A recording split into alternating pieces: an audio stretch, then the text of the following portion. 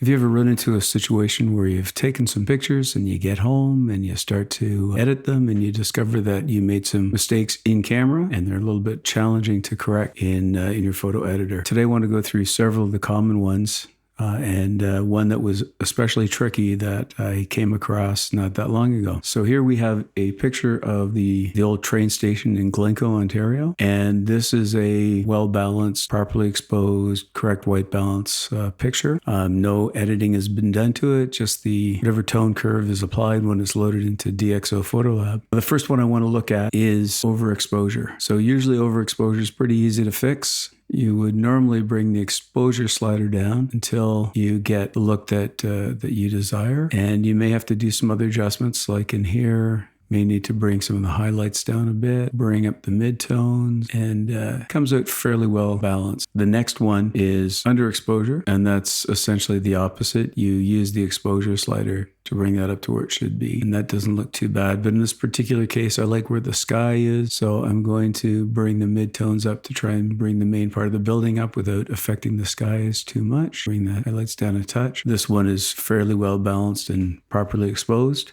And as you can see in the thumbnails, they're fairly similar. Another really common one is where you have the white balance that's off. When the white balance is off, that is usually not too difficult by selecting the white balance picker tool and then finding a spot in the image that is white. And in this particular case, the clock looks not too bad, or the background of the sign, and that looks pretty good. The exposure is good. The white balance is fixed up. So here's the tricky one that I ran into. I shoot using Sony on my main camera, and I had been doing some video, so I had a picture profile set up. And I discovered the hard way, when you are using a video picture profile for taking photos, that the gamma curve from the picture profile gets baked into the raw file.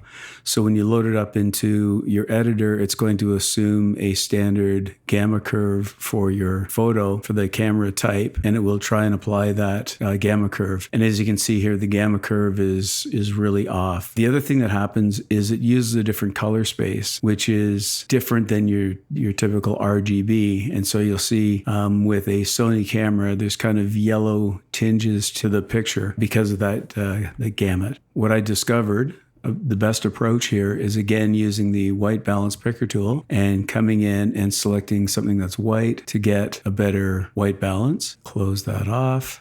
Now, just raising the exposure is not going to help, and I'll show you what happens there. Is that it does bring it in, but it's not. It doesn't correct the curve, right? So there's two ways you can go about it here, both using the curves tool. Number one is to adjust the gamma, and that one doesn't do too bad of a job because it's essentially doing what needs to be done. But the problem is it doesn't know where the gamma curve is for the Sony S-Log2. So what you can do is find a spot such as right here and start to bring that up until it comes into the balance that you want, and then maybe adjust the exposure a little bit from there, or double tap on this mark to get rid of it. Find something that is middle gray.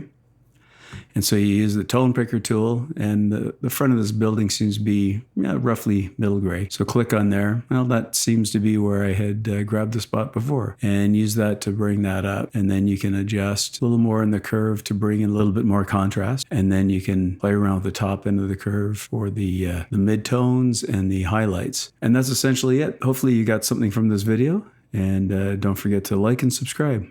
Have a good one.